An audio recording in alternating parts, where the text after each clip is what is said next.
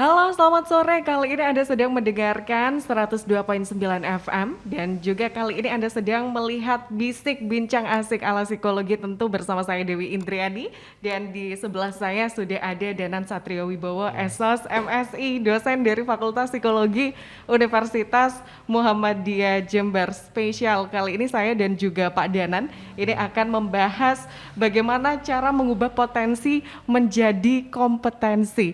Wah, ini kan perbincangan yang cukup Iya. menarik sebenarnya kalau kita membicarakan soal potensi. Ini kan bicaranya mengenai kemampuan diri seseorang begitu ya Pak. Tapi Ya, kalau benar. antara orang itu tahu atau tidak kita nggak tahu gitu ya. Ya. Itu sepengetahuan sedikit dari saya. Tapi kita akan cari tahu lebih jauh lagi dengan Pak Danan di sini. Salah satu ahlinya pastinya untuk sore hari ini. Oke, Pak Danan, kalau kita membicarakan potensi dan juga kompetensi gitu ya Pak, kadang suka bingung ya, Ya. kayaknya potensi sama kompetensi ini sama aja, tapi cuman tulisannya Ah, aja yang beda. Ternyata itu adalah dua hal yang berbeda ya Pak dua Danan hal ya? yang berbeda dan Oke, itu merupakan bagian dari beberapa bagian yang lainnya. Jadi kayak potensi itu nanti ya oke. arahnya akan ke kompetensi gitu. Oh, jadi potensi dulu Hmm, dan juga ke kompetensi Potensi. gitu. Nah, Oke, kalau arti dari potensi sendiri ini bagaimana Pak Danan? oke. Kalau secara umum Mm-mm, potensi itu mm-mm, adalah sebuah kekuatan, mm-mm, sebuah kekuatan yang ada di dalam diri seseorang mm-mm. biasanya. Entah itu yang sudah muncul terlihat ataupun tidak, karena kalau seandainya kita berbicara tentang potensi itu ibaratnya kayak gunung gunung es, gunung Yang, salju. oh, oke. Jadi itu ada Nantilah yang ke muncul ujungnya ke aja. atas, ada Mm-mm. yang tidak muncul gitu. Kalau yang tidak muncul itu biasanya yang sifatnya tuh yang soft gitu ya, Oke, potensi oke. yang sifatnya soft kayak kognisi, emosi dan semacamnya. Mm-mm. Sedangkan kalau yang muncul itu atau yang hardnya itu adalah misalnya kayak hasil hasil kreativitas kita dan Heeh. semacam atau hasil hasil apa yang kita olah gitu biasanya Oke. seperti itu.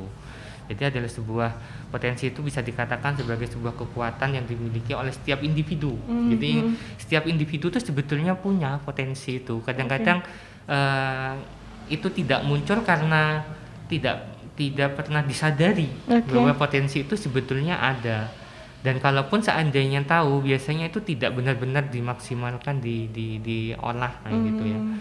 Jadi akhirnya potensi itu hanya menjadi ya semacam semacam motif aja gitu, Mhm. semacam dorongan, semacam satu hal yang itu sifatnya potensial atau latin gitu, yang sewaktu-waktu bisa muncul, waktu bisa tenggelam gitu. Tapi Mhm. kalau potensi itu diolah, misalnya dikembangkan dan semacamnya, akhirnya akan menuju ke yang namanya skill. Skill ya, Pak. Oke, oke, Heeh, oke, oke. gitu, gitu.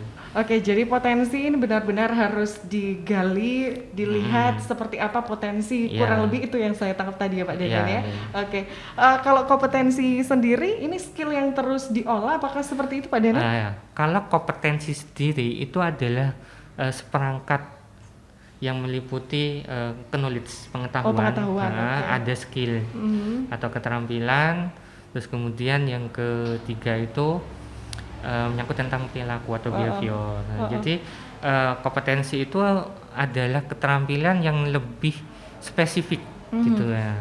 Jadi biasanya seseorang yang memiliki kompetensi tertentu, maka bisa dikatakan ya, kalau bahasa awamnya itu dia sudah punya punya sesuatu yang sifatnya unik dan Oke, hanya dia yang yang punya punya itu. gitu. Nah, biasanya seperti itu. Oke, kalau kompetensinya itu ditekuni atau bahkan Hmm, menjadi itu pekerjaan, akan maka itu menjadi sebuah sebuah identitas atau sebuah merek bagi dia sendiri itu. oke. Jadi itu bisa menjadi kekuatan bagi Kekuatan individu dari tersebut itu ya, Pak ya. untuk dikatakan sebagai orang yang kompeten Heeh, gitu. heeh.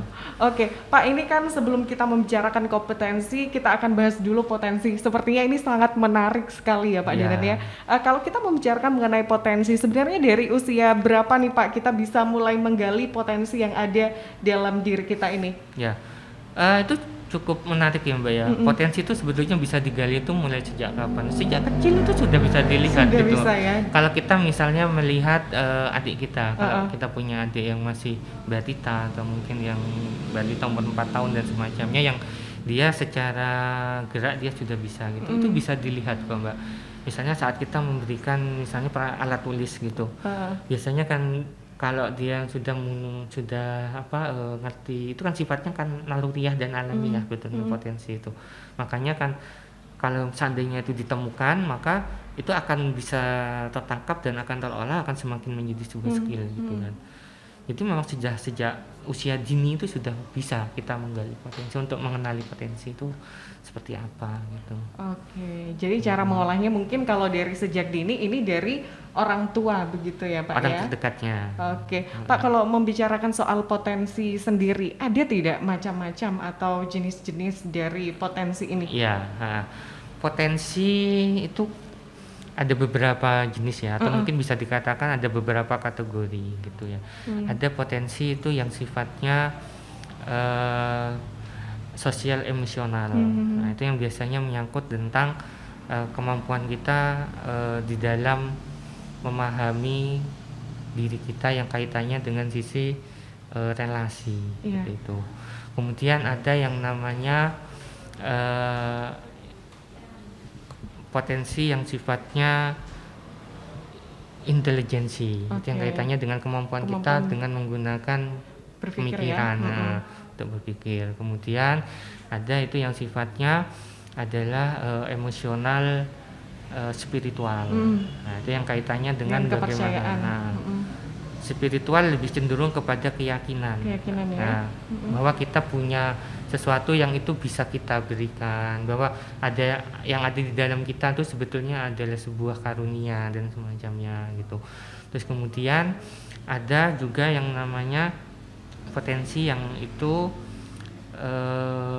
sifatnya mungkin ke arah edukatifnya gitu, fisik gitu, maksud saya yang secara fisik. Jadi yang tampak, misalnya kalau kayak tangan itu bisa untuk meraba, mata untuk memandang dan semacamnya gitu, seperti itu Mbak. Ada 5. Di beberapa literatur itu menyebutkan ada 5, tapi sebetulnya potensi itu bisa lebih dari itu, cuma tergantung dari mana kita akan menggalinya. Tapi kalau memang secara pengelompokannya ada 5 kelompok yang umum yang kita kenal. Kadang-kadang tangannya bisa gini-gini sendiri tanpa dia sadarin gitu. Seseorang itu akan memiliki nilai apabila dia itu memiliki sebuah kompetensi tertentu.